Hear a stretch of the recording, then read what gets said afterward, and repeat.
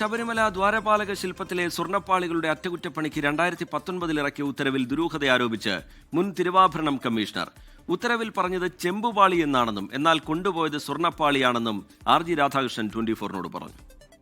ചെമ്പ് തകിട് ഇളക്കി മാറ്റി തൂക്കം നോക്കി ഉണ്ണികൃഷ്ണൻ പോറ്റി ഏൽപ്പിക്കാൻ പറയുന്നുണ്ട്. എന്തിനാണ്? അയാൾ സ്വർണം പൂശി തരാമെന്ന് സ്പോൺസർഷിപ്പ് പറഞ്ഞിട്ടുള്ളതുകൊണ്ട്.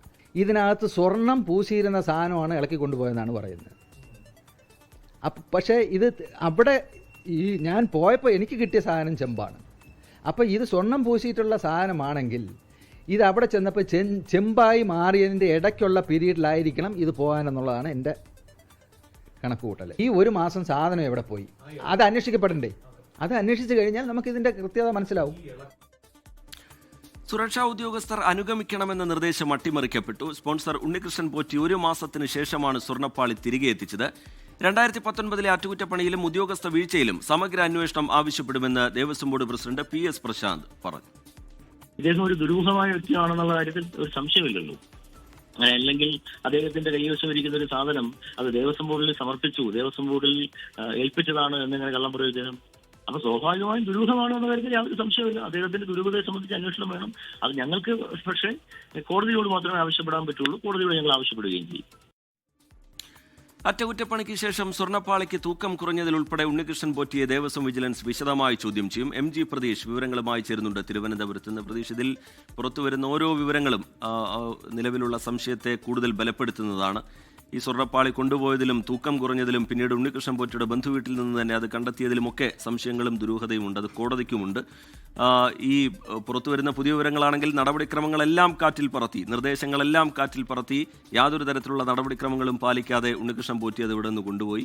അടിമുടി വീഴ്ച സംഭവിച്ചിട്ടുണ്ട്. അത് ഉണ്ണികൃഷ്ണൻ പോറ്റിക്ക് മാത്രമല്ല, അതിന് പിന്നിൽ ഉദ്യോഗസ്ഥർക്കുമൊക്കെ വീഴ്ചയുണ്ടെന്നല്ലേ ഒടുവിലായി പുറത്തുവരുന്ന വിവരങ്ങളിൽ നിന്ന് മനസ്സിലാവുന്നത് പ്രതീഷ്?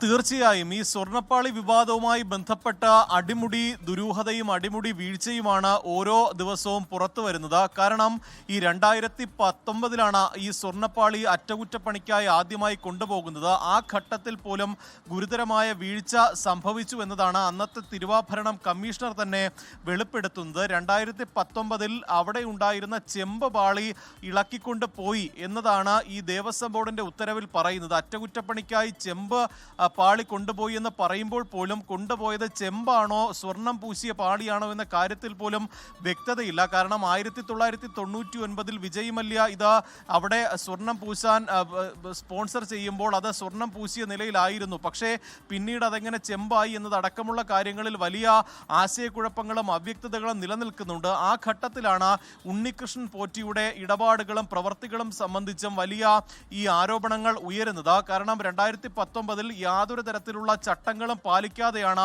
ഉണ്ണികൃഷ്ണൻ പോറ്റിക്ക് ഈ പാളികൾ സ്വർണം പൂശാനായി നൽകിയത്. ദേവസ്വം ബോർഡ് ഉത്തരവിറക്കിയെങ്കിലും അദ്ദേഹത്തെ സ്വന്തം നിലയിലാണ് ഇത് ഏൽപ്പിച്ചത്. സ്വന്തം നിലയിൽ സ്വർണ്ണപ്പാളി അല്ലെങ്കിൽ ചെമ്പ് പാളി ഈ ഉണ്ണികൃഷ്ണൻ പോറ്റി അറ്റകുറ്റപ്പണിക്കായി കൊണ്ടുപോവുകയായിരുന്നു.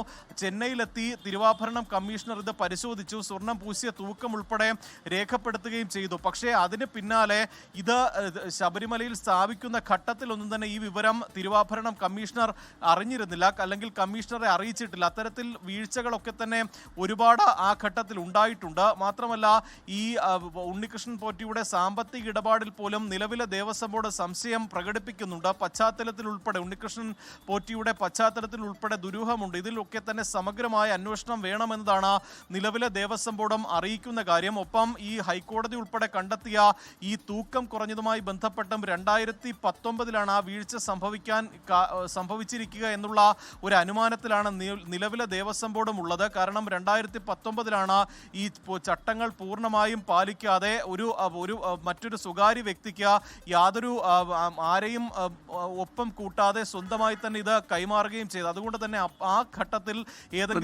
ഉണ്ണികൃഷ്ണൻ പോറ്റിയുടെ പശ്ചാത്തലം എന്താണ് എന്നുള്ളത് സംബന്ധിച്ച് ഒരു പരിശോധനയും ആ ഘട്ടത്തിൽ നടന്നില്ല. അല്ലെങ്കിൽ പരിശോധന നടന്നിട്ടുണ്ടെങ്കിലോ അതറിയാമെങ്കിലോ അത് മറച്ചു വെക്കുന്ന തരത്തിലുള്ള നടപടികളാണ് അവിടെ ഉണ്ടായത്. കൈവശം വെക്കാവുന്ന ദിവസത്തിന്റെ എണ്ണത്തിൽ പോലും വലിയ രീതിയിലുള്ള സംശയം ആ ഘട്ടത്തിൽ തന്നെ രൂപപ്പെട്ടതാണ്. അതിനുശേഷവും ഇടപെടലുണ്ടായില്ല.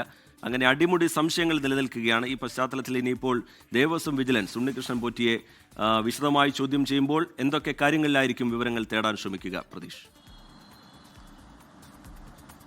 റിജിത്ത്, ഈ സ്വർണ്ണപ്പാളിയുമായി ബന്ധപ്പെട്ട നിലവിലെ അന്വേഷണങ്ങളും സംശയങ്ങളും ഈ ഉണ്ണികൃഷ്ണൻ പോറ്റിയിലേക്ക് തന്നെയാണ് പോകുന്നത്. കാരണം അദ്ദേഹത്തിന്റെ പശ്ചാത്തലം അത് വളരെ ദുരൂഹമാണ്. കാരണം ശബരിമലയിലെ ഒരു മേൽശാന്തിയുടെ സഹായിയായാണ് ആദ്യഘട്ടത്തിൽ ഉണ്ണികൃഷ്ണൻ പോറ്റി പ്രത്യക്ഷപ്പെടുന്നത്. പക്ഷേ വളരെ കുറച്ച് സമയം കൊണ്ട് തന്നെ സാമ്പത്തികമായി വലിയ നേട്ടം ഉണ്ണികൃഷ്ണൻ പോറ്റിക്ക് ഉണ്ടായി. അവിടുത്തെ ഈ സ്വർണ്ണപ്പാളികൾ അല്ലെങ്കിൽ ചെമ്പുപാളികൾ സ്വർണം പൂശാമെന്ന ഒരു സ്പോൺസർഷിപ്പ് വരെ ഏറ്റെടുക്കാവുന്ന നിലയിലേക്ക് ഉണ്ണികൃഷ്ണൻ പോറ്റി വളർന്നതിലടക്കം വലിയ ദുരൂഹത ഇവർ ആരോപിക്കുന്നുണ്ട്. ഒപ്പം 2025 അറ്റകുറ്റപ്പണി നടക്കുന്ന ഘട്ടത്തിൽ പോലും താൻ സ്വന്തം നിലയ്ക്ക് ഇത് ചെയ്യാമെന്ന ഒരു നിർദ്ദേശമാണ് നിലവിലെ ദേവസ്വം ബോർഡിന് മുന്നിൽ ഉണ്ണികൃഷ്ണൻ പോറ്റി വച്ചത്. പക്ഷേ അത് അംഗീകരിക്കാത്തതിനെ തുടർന്നാണ് ഈ അല്ലാതെ തന്നെ ഉദ്യോഗസ്ഥരുടെ അനുമതിയോടെ ഉദ്യോഗസ്ഥർ അനുഗമിച്ചുകൊണ്ട് ആ ഒരു അറ്റകുറ്റപ്പണി നടന്നിട്ടുള്ളത്. ഇതുമായി ബന്ധപ്പെട്ട് ഈ കൂടുതൽ വിവരങ്ങൾ ദേവസ്വം വിജിലൻസിന് ലഭിച്ചു എന്നതാണ് നമുക്ക് മനസ്സിലാക്കാൻ കഴിയുന്നത്. ഉണ്ണികൃഷ്ണൻ പോറ്റിയെ വരും ദിവസങ്ങളിൽ വിശദമായി ചോദ്യം ചെയ്യാനാണ് ദേവസ്വം വിജിലൻസിന്റെ തീരുമാനം. അതുമായി ബന്ധപ്പെട്ട കൂടുതൽ വിവരങ്ങൾ ഈ ചോദ്യം ചെയ്യലിലൂടെ പുറത്തുവരുമെന്നതാണ് നിലവിൽ ദേവസ്വം ബോർഡും പ്രതീക്ഷിക്കുന്നത്. ശരി, എം ജി പ്രതീഷ് തിരുവനന്തപുരത്ത് നിന്ന് വിശദാംശങ്ങൾ പങ്കുവയ്ക്കുകയായിരുന്നു. ലോകത്തെവിടെയായാലും ഏത് സമയത്തും 24 വാർത്തകളും ഓഗ്മെന്റഡ് റിയാലിറ്റി പാക്കേജുകളും എക്സ്പ്ലെയിനറുകളും വിശദമായി കാണാൻ ഞങ്ങളുടെ യൂട്യൂബ് ചാനൽ നിങ്ങൾക്ക് സബ്സ്ക്രൈബ് ചെയ്യാം.